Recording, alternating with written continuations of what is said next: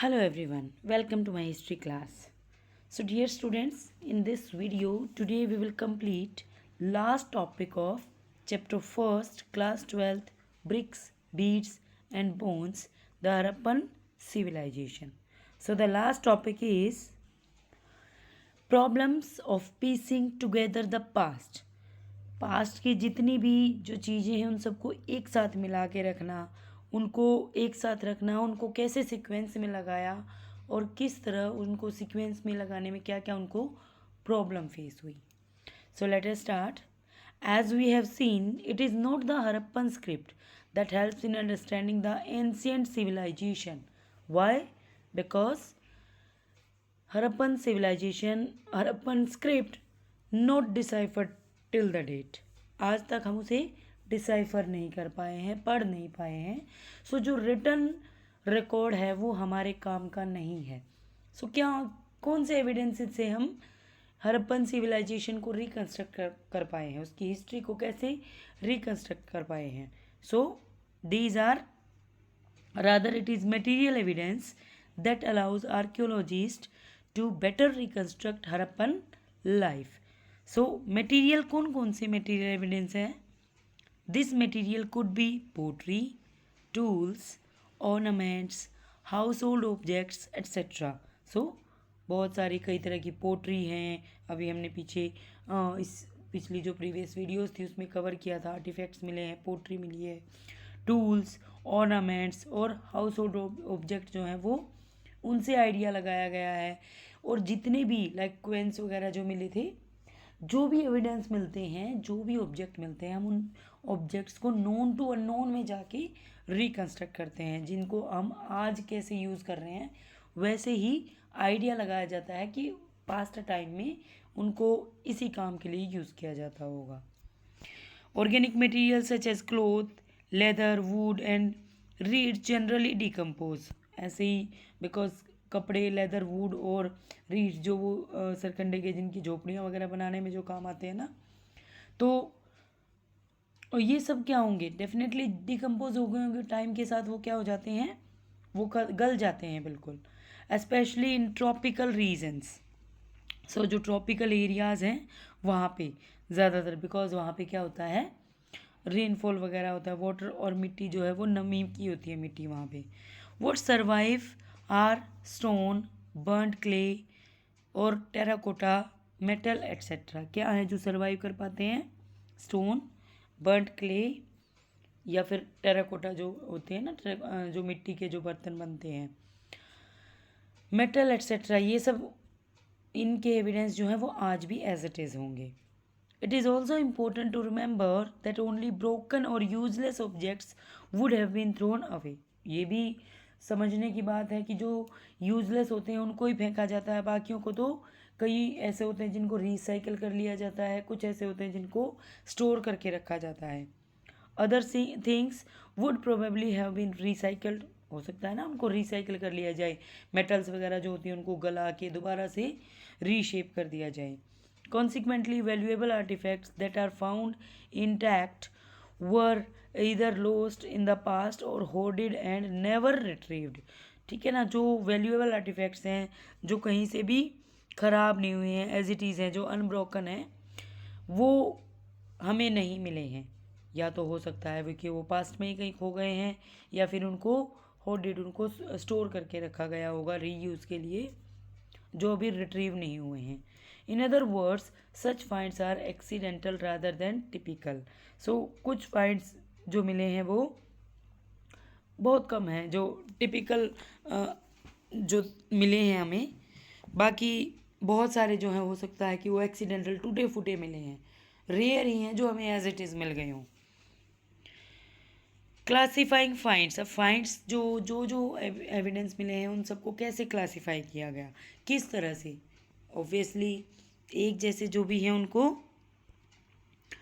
एक जगह रखा गया होगा. लाइक जो भी अगर लग रहा है कि हाउस होल्ड कुछ भी मटेरियल है, वेसल्स वगैरह हैं, उनको एक जगह रखा गया होगा, ऑर्नामेंट्स उनको अलग रखा जाए, टूल्स को अलग. तो इस तरह उन सबको कैसे क्लासीफाई किया गया है. Recovering artefacts is just the beginning of the archaeological enterprise. तो सबसे पहले रिकवर करना उनको ये मेन होता है आर्कियोलॉजिस्ट के लिए। Archaeologist then classify their finds, उनको क्लासीफाई करते हैं। One simple principle of classification is in terms of material, किस तरह का मटेरियल है, कौन सी टाइप का है। लाइक स्टोन वाला जो भी मटेरियल उन सबको एक जगह रख दिया जाए, क्ले वाले को एक जगह, मेटल का जो है वो एक जगह, बोन, आइवरी एट्सेट्रा, बोन से रिलेटेड जो है, आइवरी जो हाथी दांत वगैरह से रिलेटेड है, उन सबको क्या किया जाए, अलग अलग सेग्रीगेट करके रखा जाए। और दूसरा क्या होता है, दूसरा उनके यूज़ के according. Second and more complicated is in terms of function, कौन सा फंक्शन, कौन सी चीज़ किस में काम आती है। Archaeologists have to decide whether, for instance, an artifact is a tool और एन ornament. सो वो डिसाइड करते हैं कि ये कोई टूल है या कोई ornament है, तो उनको उसी के अकॉर्डिंग क्या करते हैं, क्लासीफाइड कर देते हैं। और बोथ, या कोई ऐसा है जो टूल में भी यूज़ होता है, ornament में भी, और something meant for ritual use, और कुछ ऐसे अगर आर्टिफैक्ट मिले हो जो रिचुअल यूज़ के लिए रखे गए हों, तो उन सबको अलग अलग क्लासीफाई करके रखा जाता है। An understanding of the function of an artifact is often shaped by its resemblance with the present day things. Definitely जो भी हम फंक्शन है ना उनके, वो कैसे रिकन्स्ट्रक्ट करते हैं, कैसे आइडिया लगाते हैं कि वो किस काम में यूज़ होते होंगे। फॉर एग्जांपल क्वेंस, वो जो पत्थर वगैरह होते हैं, तो आज के टाइम पे भी हम सिलबट्टा वगैरह यूज़ करते हैं ना चटनी मसाले पीसने के लिए। सो सिमिलरली जो प्रेजेंट डे में जिस काम के लिए यूज़ होते हैं ना, ऐसे ही उनको पास्ट में यूज़ किया जाता होगा। Present day things, beads, querns, stone blades and pots are obvious examples, जो आज भी यूज़ होते हैं। लाइक बीड्स जो है वो ऑर्नामेंट्स में यूज़ होती है, क्वेंस वही मसाले वगैरह पीसने के लिए, स्टोन ब्लेड्स भी होते हैं ना जो आटा वगैरह पीसने के लिए यूज़ होते हैं। सो पोट्स हैं, उनको कुछ स्टोर करने के लिए उनको रखा जाता है, लिक्विड उनमें स्टोर करते हैं। तो जो आज जिस काम के लिए जो आज उनका फंक्शन है, उसी से हम हिस्ट्री को रिकन्स्ट्रक्ट करते हैं। Archaeologist also try to identify the function of artefact by investigating the context in which it was found. हाँ, तो ये भी होता है कि वो कहाँ पे मिले हैं, लाइक किसी ग्रेव में मिले हैं, किसी ड्रेन में मिले हैं, किसी घर में मिले हैं, या किसी भट्टी वगैरह में मिले हैं, तो उनसे भी पता चल जाता है। डेफिनेटली अगर ये क्वेंस हैं, घर में मिले हैं, तो हम कहेंगे भाई ये किचन में यूज़ होते होंगे।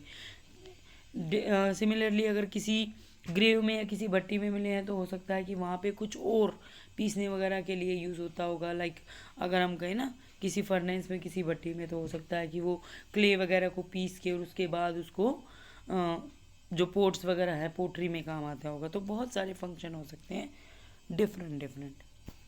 Sometimes archaeologist have to take resource to indirect evidence, कई बार कुछ एविडेंस, कुछ रिकोर्स इनडायरेक्ट एविडेंस जो होते हैं उनका रिकोर्स करते हैं। Like for instance though there are traces of cotton, like थोड़ा बहुत उनको कुछ भी अगर मिल जाता है, तो उससे क्या करते हैं, वो आइडिया लगाते हैं। देखो इनडायरेक्ट एविडेंस है, लाइक कॉटन के अगर एविडेंस मिले हैं, कॉटन हो भी सकता है ना कि वो कहीं और से आ गई हो मिट्टी के थ्रू, रेनी सीजन में जो उनके साथ बह के आ सकती है। तो बहुत सारे रीज़न हो सकते हैं जो वहाँ पे एविडेंस मिले, तो ये आइडिया लगा लिया कि वहाँ पे क्लोथ्स के लिए कॉटन यूज़ होता होगा। तो कुछ इनडायरेक्ट जो होते हैं उनसे भी वो क्या कर लेते हैं, रिकन्स्ट्रक्ट करते हैं हिस्ट्री को। Though there are traces of cotton at some Harappan sites. To find out about clothing, we have to depend on indirect evidence, including depiction in sculpture. So कुछ sculptures में जो depiction हमें दिख रही है, उनसे भी हम आइडिया लगा सकते हैं कि लाइक उन्होंने इस तरह के ornament पहने हैं, तो ये सब इंट्रोड्यूस थे, ये सब लोगों को पता थे, इस तरह के कपड़े पहने हैं, इस तरह के कलर जो थे वो लोगों को अट्रैक्ट करते थे, बीड्स वगैरह जो यूज हुई हैं। तो जो भी स्कल्पचर मिले हैं उनसे भी ये इनडायरेक्ट एविडेंस हैं, जिनसे क्या है, जस्ट आइडिया लगाया जाता है। Archaeologist have to develop frames of reference. We have seen that the first Harappan seal that was found could not be understood till archaeologist had. So जो फर्स्ट हरप्पन सील थी वो अब तक भी अच्छे से समझ में नहीं आई है। जो आर्कियोलॉजिस्ट के पास जितने भी आइडियाज़ हैं, जो जो उन्होंने रिकंस्ट्रक्ट किया है, उससे वो अभी भी क्लियर नहीं हुई है। In context in which to place it, जहाँ पे वो मिली है, both in terms of the cultural sequence in which it was found. So वो कल्चरल सीक्वेंस में जहाँ पे मिली है, तो उनको ये समझ नहीं आ रहा कि हम इसे रखें कहाँ, किस में क्लासीफाई करें। And in terms of comparison of a comparison with finds in Mesopotamia, कुछ ऐसे भी हैं जो मेसोपोटामियन कुछ ऐसे एविडेंस भी मिले हैं। अगर हम सील की बात करें तो सील मेसोपोटामियन सिविलाइजेशन में भी ऐसे ही सील मिली थी, जिस पे कुछ डिपिक्शन होते थे, कुछ रिटर्न रिकॉर्ड होता था कि किसको दिया है, क्या इसमें आइटम है, एट्सेट्रा। तो उनको ये कई बार डाउट हो जाता है कि इसे कहाँ रखें, जिस कॉन्टेक्स्ट में, जिस कल्चरल सिविलाइजेशन में मिले हैं वहाँ पे, या फिर मेसोपोटामिया के साथ कंपैरिजन में उसे रखें। प्रॉब्लम्स ऑफ इंटरप्रिटेशन, अब बहुत सारे ऐसे भी स्टैचूज कल्चर्स मिले हैं जिनसे इंटरप्रिटेशन जिनकी करना मुश्किल हो गई है। The problems of archaeological interpretation are perhaps most evident in attempts to reconstruct religious practices. अब सबसे ज़्यादा जो आर्कियोलॉजिकल्स की इंटरप्रिटेशन किसकी रिकन्स्ट्रक्ट में हुई हैं, रिलीजियस प्रैक्टिसेस की। कुछ गॉड गॉडेसेस की कुछ पिक्चर्स मिली हैं जिनसे ये आइडिया लगाया गया है कि ये उनकी हो सकता है लोकल डाइटी हो। Early archaeologists thought that certain objects which seemed unusual or unfamiliar may have had a religious significance. Unusual जो होते हैं ना, जो हो सकता है कि पहले किसी कहीं कहीं मिले हों, जिनका कोई स्पेशल ये लगता हो कि हाँ इनमें कुछ स्पेशलिटी है। अनफेमिलियर हों, उनको हो सकता है कि रिलीजियस प्रैक्टिसेस के लिए यूज़ करते होंगे। दीज इंक्लूडेड, अब लाइक एक टेराकोटा फिगर मिला है किसका, वेमेन का, जिसने हैवी ज्वेलरी पहनी हुई है। Some with elaborate head dresses, ये आपको साइड में दिख भी रही होगी, हेड ड्रेसेस, सिर पे एक मुकुट पहना हुआ है। These were regarded as mother goddess, ये हिस्टोरियंस ने आइडिया लगाया है कि हो सकता है कि इनको मदर गोडेस के लिए रिगार्ड किया जाता होगा, पूजा जाता होगा। Rare stone statuary of man in an almost standardize posture, so एक स्टैंडर्डाइज वाले पोस्टर में लाइक किसी सिंहासन पे जो बैठे होते हैं ना, और एक नी पे अपना हाथ रख के बड़े उस स्टैंडर्ड वाले पोस्चर में होते हैं, तो इस तरह के स्टोन स्कल्पचर भी मिले हैं, स्टैचू मिले हैं मैन के। Seated with one hand on the knee such as the priest king, जैसे प्रीस्ट किंग की पिक्चर मिली है ना, ऐसे ही, सॉरी स्टैचू मिला है, ऐसे ही ऐसी इमेज मिली है एक स्टैंडर्डाइज मैन की। वो ऑल्सो सिमिलरली क्लासीफाइड, तो उनको भी ऐसे ही क्लासीफाई किया गया है कि वो उनकी क्या होंगी, लोकल डाइटी होंगे। In other instances, structures have been assigned ritual significance. These include the Great Bath and fire altars found at Kalibangan and Lothal. So, कुछ और भी ऐसे स्ट्रक्चर मिले हैं जिनसे ये क्लियर हुआ है कि उनका कुछ रिचुअल सिग्निफिकेंस है, like great bath, fire altars जो अग्निकुंड होते हैं वो मिले हैं कहाँ पे, कालीबंगन एंड लोथल में। तो इनसे भी ये लग रहा है कि इनमें कुछ रिचुअल प्रैक्टिसेस उनकी होती होंगी। Attempts have also been made to reconstruct religious beliefs and practices by examining seals. जब सील्स को एग्जामिन किया गया तो उनसे भी कुछ ऐसे रिलीजियस बिलीव्स और प्रैक्टिसेस के एविडेंस मिले हैं। Some of which seem to depict ritual scenes, और कुछ में किस तरह की डिपिक्शन है, किस तरह की पिक्चर है, रिचुअल सीन्स की। रिचुअल्स मीन्स पूजा पाठ वगैरह कुछ कर रहे हैं, प्रेयर वगैरह कर रहे हैं। Others with plant motifs are thought to indicate nature worship, जिसमें प्लांट वगैरह के मिले हैं तो इससे भी ये भी लगाया जा रहा है कि नेचर को पूजा जाता होगा। Some animals such as one horned animal, हो सकता है कि इन एनिमल्स के जो डिपिक्शन मिले, इनके जो पिक्चर्स मिली हैं, उनसे ये आइडिया लगाया जाता है कि इन एनिमल्स को भी पूजा जाता होगा, इनकी वर्शिप की जाती होगी। Often called the unicorn depicted on seals seem to be mythical, so कुछ मिथ्स वगैरह उनके लिए बनाई गई हैं। यूनिकॉर्न जो है ना, वन हॉर्न एनिमल को क्या बोला जाता है, यूनिकॉर्न। सो उनकी कुछ मिथ्स वगैरह हैं जो कंपोजिट क्रिएचर्स, ये जो क्रिएचर्स हैं वो क्लियर करती हैं उनकी रिलीजियस प्रैक्टिसेस को। In some seals a figure shown seated cross legged in yogic posture. Yogic posture, yoga वाला जो पोस्चर होता है ना, क्रॉस लेग करके हम जो स्ट्रेट पोस्चर में बैठते हैं।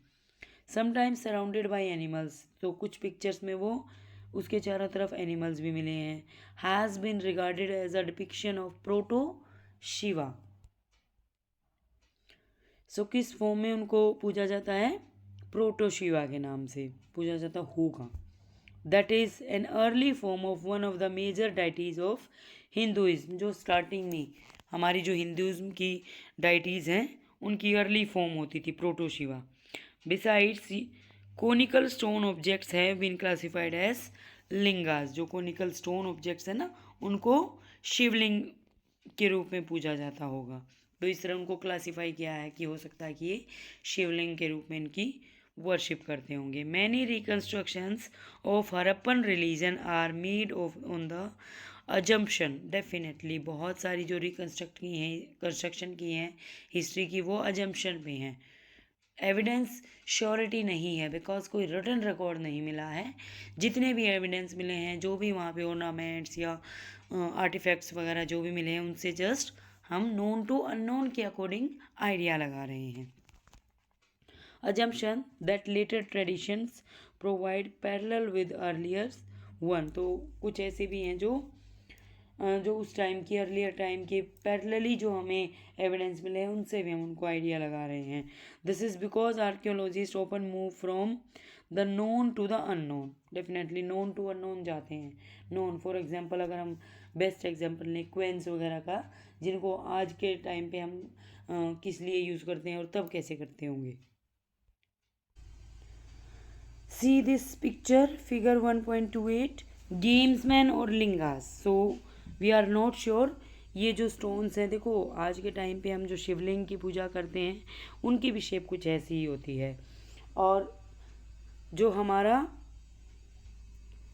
चेस का जो गेम होता है उसमें भी कुछ इस तरह की ही स्टोन, इस तरह की जो शेप होती हैं वो यूज़ होती हैं। तो एक एग्जीक्यूटर हैं, उन्होंने कहा है कि पता नहीं ये गेम्स वाले स्टोन हैं या फिर लिंगास हैं।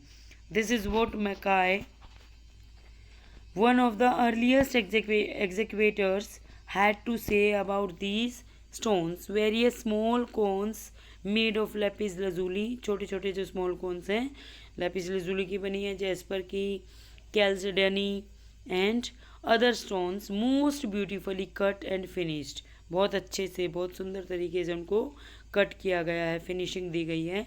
And less than 2 inches in height, height में भी वो बहुत छोटे छोटे हैं। Are also thought to be lingas, ये भी माना गया है, हो सकता है कि वो क्या हो, लिंगाज हो, शिवलिंग हो। On the other hand it is just possible that they were use in the board games. जो बोर्ड गेम होते हैं ना, चेस गेम, उसमें भी यूज़ किए जा सकते होंगे। ये आप देख लीजिए फिगर 1.29 जो है, टेराकोटा कार्ट दिख रही है ना, एक कार्ट, यहाँ पे बुल है और पीछे ये कार्ट वगैरह इससे है, अटैच है। सो सी दिस, कहाँ से हमें क्या क्या एविडेंसेस मिले। ये जो ब्लू वाला पोर्शन है ये आपके पूरे चैप्टर के एविडेंसेस और उनके बारे में बताता है कि कहाँ से हमने ये हिस्ट्री को रिकन्स्ट्रक्ट किया। What has been achieved after so many decades of archaeological work. क्या अचीव हुआ इतने आर्कियोलॉजिकल वर्क के बाद। We have a fairly good idea of the Harappan economy. Definitely हमें इकोनॉमी का पता चल गया, काफ़ी आइडियाज़ हमें मिले हैं, जो एविडेंसेस मिले हैं उनके according. We have been able to tease out social differences and we have some idea of how the civilisation function. तो हमें ये भी पता चल गया कि सोशल डिफरेंसेस कैसे थे। कि लाइक हमने पढ़ा था ना कि कुछ ऐसे घर, कुछ ऐसे मिले हैं जहाँ पे कॉस्टली जो आइटम्स होते हैं वो मिले हैं। तो डेफिनेटली पता चलता है कि वो होंगे जो रिच होंगे, उनके पास ऐसे कॉस्टली आइटम्स उनके घरों में एविडेंस मिले होंगे। It is really not clear how much more we would know if the script were to be deciphered. तो जितना हम जानते हैं ना वो अभी भी क्लियर नहीं है जब तक वो स्क्रिप्ट डिसाइफर नहीं होती। हो सकता है कि स्क्रिप्ट डिसाइफर हो, जो हमारी जितनी भी इंटरप्रिटेशन है वो चेंज हो जाए, उनमें कुछ ऐसे एविडेंस मिले। If a bilingual inscription is found, questions about the language spoken by the Harappans could perhaps be put to rest. अगर बाइलिंगुअल इंस्क्रिप्शन मिलती हैं तो यहाँ पे भी ये भी क्लियर होगा कि उनकी लैंग्वेज जो है वो कैसी बोली जाती होगी, सब एक ही लैंग्वेज बोलते हैं या डिफरेंट डिफरेंट लैंग्वेज बोलते हैं. Several reconstructions remain speculative at present. आज तक वो क्या हैं, जस्ट इमेजिन की गई हैं. Was the great bath a ritual structure. अब ये जस्ट इमेजिन किया गया है, कुछ ऐसा लग रहा है कि वो रिचुअल प्रैक्टिसेस के लिए होगा. Otherwise we are not sure. How widespread was literacy. अब लिटरेसी कितनी वाइड स्प्रेड थी, लोग कितने लोग जो थे वो लिटरेट थे. Why do Harappan cemeteries show little social differences. अब हमने देखा कि बहुत सारे सोशल डिफरेंसेस घरों में, जो हमने हाउस होल्ड के जो हमें जितने भी एविडेंस मिले हैं वहाँ से तो क्लियर होता है कि कुछ सोशल डिफरेंसेस थे, कुछ लोग रिच थे जिनके पास प्रीसियस आइटम्स हमें मिले हैं, बट बहुत ज़्यादा एविडेंस ऐसे नहीं है. ग्रेव्स वगैरह की जो उनके जो बरियल्स थे वहाँ पे सोशल डिफरेंसेस नहीं मिले. Also unanswered are questions on gender. अब बहुत सारे ऐसे जेंडर्स वाले क्वेश्चन है कि कौन क्या करता होगा, कौन सी किस काम में बिजी होते होंगे. लाइक पोट्री आर्टिफैक्ट्स वगैरह में विमेन भी इंक्लूडेड थी, इन्वॉल्व थी, या टोटली वो बनाती थी या वो कुछ हेल्प करती थी. डिड वीमेन मेक पोट्री और did they only paint pots. क्या वो पोट्री बनाती थी या वो सिर्फ पेंट करने का काम करती थी. एज एट प्रेजेंट, आज भी जस्ट हेल्प करती है ना वीमेन, तो उसके अकॉर्डिंग ये जस्ट क्या किया गया है, आइडिया लगाया गया है, अज्यूम किया गया है. What about other craft persons. बाकी जो क्राफ्ट पर्सनस थे उनके बारे में नहीं पता हमें. What were the terracotta female figurine use for. अभी जो फिगराइन मिली है जिसमें हमने देखा हैवी ज्वेलरी वगैरह है, तो जस्ट आइडिया लगाया गया है कि हो सकता है वो उनकी क्या हो, लोकल डाइटी हो. Very few scholars have investigated issues of gender in the context of the Harappan civilization, and this is a whole new area for future work. So बहुत कम स्कॉलर्स हैं जो इस जेंडर वाले इशू को investigate कर पाए हैं. तो ये हमारे लिए फ्यूचर वर्क, हम इस ये जो टॉपिक है इस पे फ्यूचर में हरप्पन साइट्स पे वर्क कर सकते हैं. So now the chapter is over. You all have to read this timeline also because it is also very important, and possibilities are there that one or two MCQ multiple choice based question जो होते हैं वो आपके timeline से भी आ सकते हैं. So don't leave any word of the NCERT. So this chapter is over. In next video we will start second chapter. Now thank you and have a nice day.